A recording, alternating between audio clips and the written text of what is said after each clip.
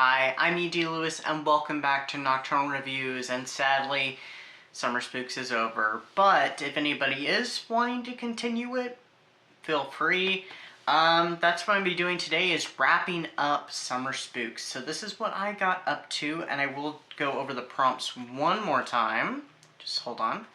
Alright, here we are. So the prompts were Summer 11, a read that feels like the season or a beach read. Nights in White Satin, a read that makes you think of humid, sweaty nights.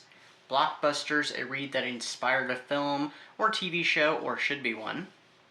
And Feel the Vibe, watch a film or TV show that fits well with one of your reads. Now, I actually watched several things, so anyway. For my Summer 11 one, read that makes you think of or feels like the season or a beach read, I actually went with my, technically it was the second one I started, but it was the first one I finished, and that was, I kind of considered this a bit of a beach read, and I will be talking about it in a future video, and that is The Only One Left by Sager. I know I mentioned this in a tag video recently, so this is a spoiler for when the review gets here. I loved this book. I can't wait to talk about this book. I'm going to be talking about this book very soon, but it's my first Sager book, and I was here for it. And actually, well, you know what, we'll come back to that when we get to that prompt. So for Nights in White Satin, I went with The Mist by Stephen King, which was the first read I actually started, and it was the second one I finished. And that was all during the first week. Of course, I've seen the movie a number of times. I really enjoy the film, and the short story is much like it. Now, I do have a review for this one already. I'm not going to be talking about much of any of these in depth because I'm going to be reviewing all these reads, if I haven't already, which The Mist I already have, and I will put the link for that in the description, so please check out that one if you're interested in my review of The Mist. And we'll be right back after these messages. Every month here in Nocturnal Reviews, I have a featured read, and this month I decided to do a Dark Shadows one. Even though Dark Shadows just turned 60 the end of last month, it still counts. So I am featuring Dark Shadows, Angelique's Descent by Laura Parker. Have you ever been interested in the history of Angelique Bouchard, the witch who cursed Barnabas to be a vampire, who has had dealings with the Collins family on and off for a few different centuries? Well, this is the book that tells her story, how she came to be the character we know and love today. So please check out Angelique's Descent and let me know what you thought. Now on to blockbusters. So with that one, I read during the second week, so this was the only read I did for the second week, I Know What You Did Last Summer by Lois Duncan, and this is actually one that was bought for me at a library book sale. Was it last year? Or was it technically the year before? I think it was the year before. Yeah, it had to be the year before. And I almost read this last year, wanted to, I didn't get to it. But I got to it this year, and I will go ahead and say I did very much enjoy this book. I wasn't really sure if I was going to or not, but yeah.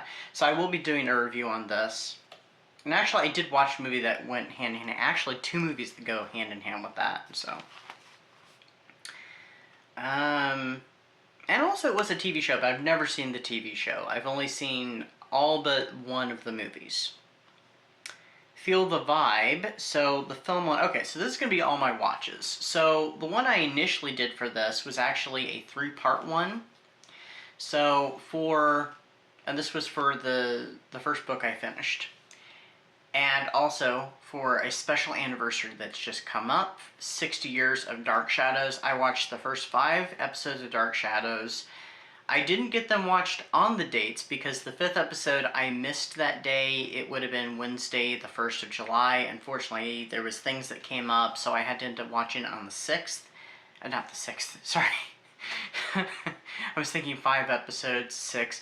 The 2nd, sorry. I ended up watching it on the 2nd, but close enough to help celebrate the first week of Dark Shadows.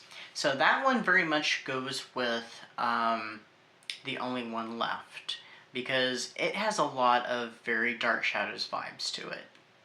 And we have this, girl coming to a house, and there's the mysteries of the house, and all the people who reside there, and the strange history. So, I mean, it fits. It's very Dark Shadows. And also, it was very much a vintage style read because it takes place in the 1980s and references stuff that happened in the late 20s. So, that was what I did for that. The other reads were all very much extra. So, with The Mist, I did plan to do The Fog, though The Fog takes place in April, so spring, but it came out in 1980, and I do believe The Mist novella was released in 1980 also, so that's very ironic that they came out around the same time. Except for The Mist takes place in early July, and of course The Fog takes place in April, like I said. But it worked very well. It worked very much in tandem with each other, so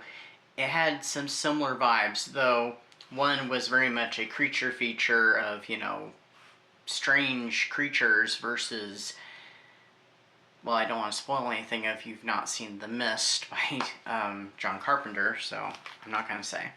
But there are things in The Fog in that movie, and it's one I greatly enjoy. I didn't get to the H.P. Lovecraft story, so I didn't watch an adaptation with that. I didn't get to What Moves the Dead, so I didn't do the Poe one. But I did watch Scream 5, actually on the bonus day, and I ended up watching a whole other movie too. I ended up watching the 2005 I Know What You Did Last Summer, which I've seen before. I saw it last year, I think around Halloween-a-thon. I can't remember. I wasn't crazy about it. Rewatching it this time, after reading the book, I liked it so much more. And it's not a great film. It really isn't. But, oh, well, there is another movie I watched. Sorry, but we'll jump back to that in a moment.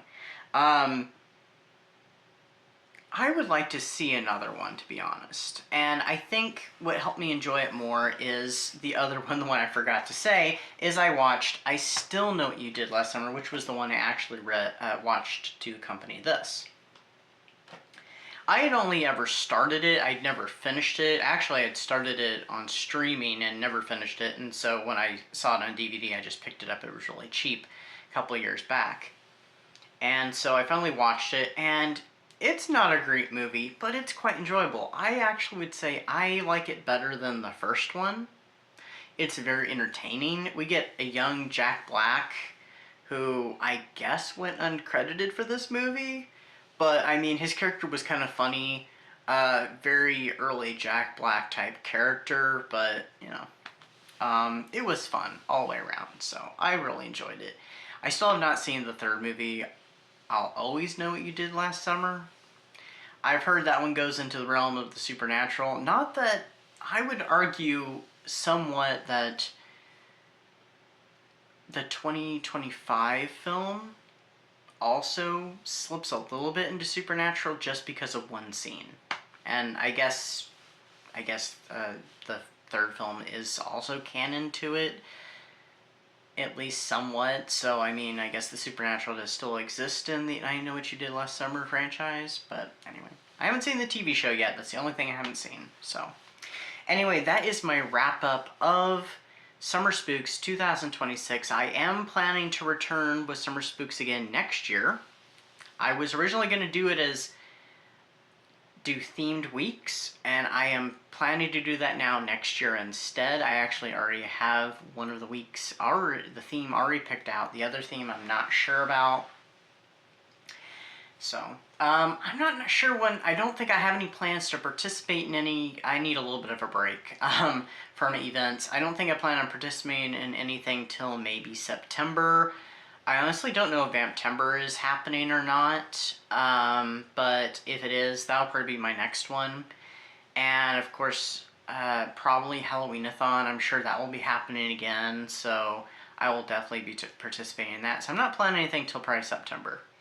I will say this. I am debating hosting another event this year that would start at the end of November and go through at least part of December. I went very anti-holiday last year, and I was contemplating doing this, but some things happened. I went anti-holiday, so it didn't end up transpiring. So my thought is I might do it this year. And it will be another laid-back event. You can also participate in other events that are going on at the time. And it would be somewhat themed. So it would be taking place at the holiday time. So we'll see what happens. I kind of already had some pre-plans for it last year, so I think I'm going to recycle those and expand upon it a little bit. It'll be, like I said, another laid back, and you can, do other things. There'll be at least one activity that I had planned. This one was one I thought out last year, and I thought this would be perfect for it. So, but anyway, that's what I've got for you today. I will be back very soon with one of my reviews for Summer Spooks. I think I know which one it's going to be. I still have yet to film it. But until next time, stay safe, stay spooky, and I'll see you then. Namaste.